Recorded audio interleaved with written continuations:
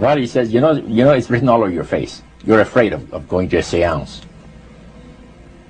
But he says, I know you. He says, you're going to come. And then he started telling me how brave I was when I was aboard ship, you know, different things. He says, you're not the same man, you're changed. You're chicken. That's all I needed to hear. I said, when do we go to a seance? So one Saturday evening, we were in the place. It was her first time. Very beautiful place. A medium was a lady. She had a gorgeous new home in Montreal.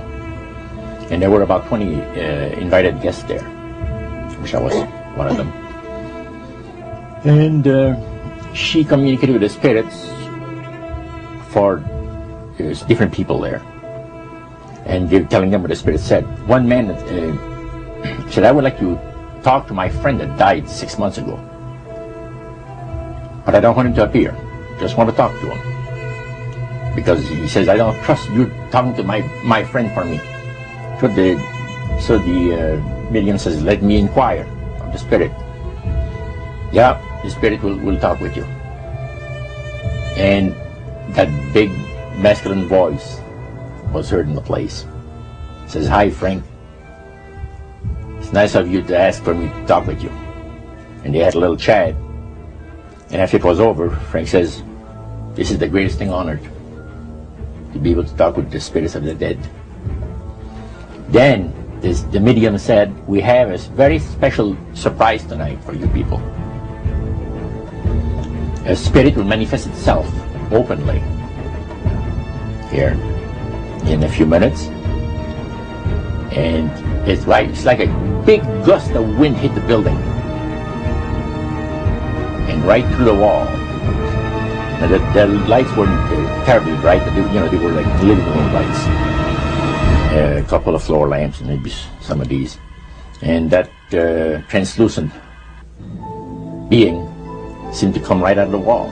How did you feel right at that moment? It's almost like my heart stopped a little bit. You know, very weird feeling. So it was a lady in a beautiful evening gown, swirling. And she said to Mary, my dear sister, you are so wonderful to have asked for me. And Mary fainted and fell right off her chair on the floor. And a couple of guys jumped up and picked her up, and it's very gone. And that was the beginning of it.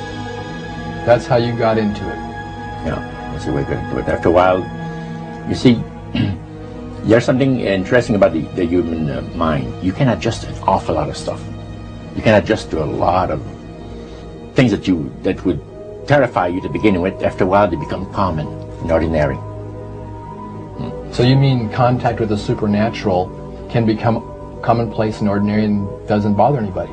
Yeah. In other words, the more that you do it, you're not uncomfortable. That's it's right. just not an uneasy feeling. Yeah. So how did you feel about it? Then I got into a secret society that worshipped the spirits, you see. Okay, now how is that different from the seance, Roger? It happens that the seance are not involving in many ways. But when you get into a secret society of spirit worshippers, then, and especially when you're invited there by the direction of the higher-ups in the spirit world, you never get out of there alive. And this is exactly what my friend and I were up against. We didn't know anything about. And there was a very, very popular big band leader. Jazz musician? Band, yeah, very famous. And one night we went to one of these seances, and he was with his wife. So Roger, you're at this restaurant. What happened? We sat there, and we had our favorite alcoholic beverages, you know. And as we talked, the band leader says, he says, I want power. I go right to the source of power. And he says, how do you think that I became famous the way that I am? Well, I said, you must have had some good luck. Well, he says, there's no such thing as good luck. He says, there's either some power working for you somewhere, or you don't get ahead in this world. Not in my type occupation. So it went from there. We got talking about spirit worship. Did it intrigue you? Or did it make you want to find out more about what exactly he was talking about? Yeah. So he said the supposed spirits of the dead that you're talking with are demon spirits. They're fallen angels. They're beautiful beings. Just set it out, just like Oh, that. yeah.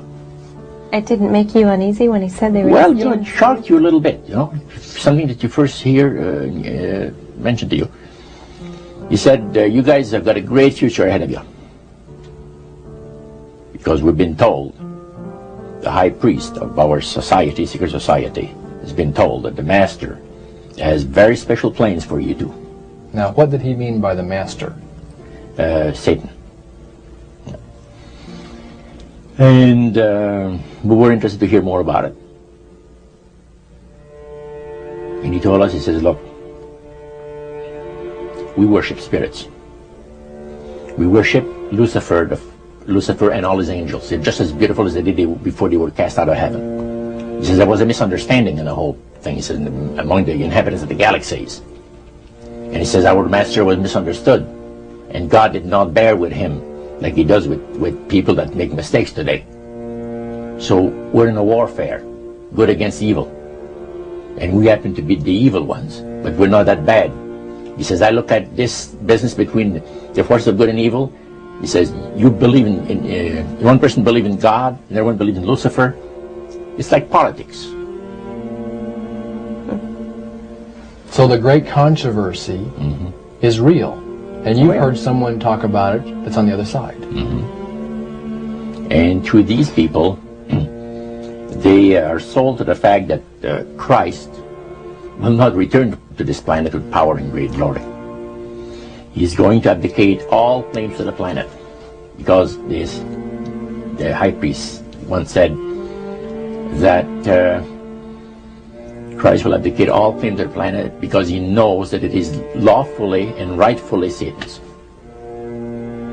And at that time he says, so the priest says, well now, he says, for those of you that are new, let me tell you that this is the most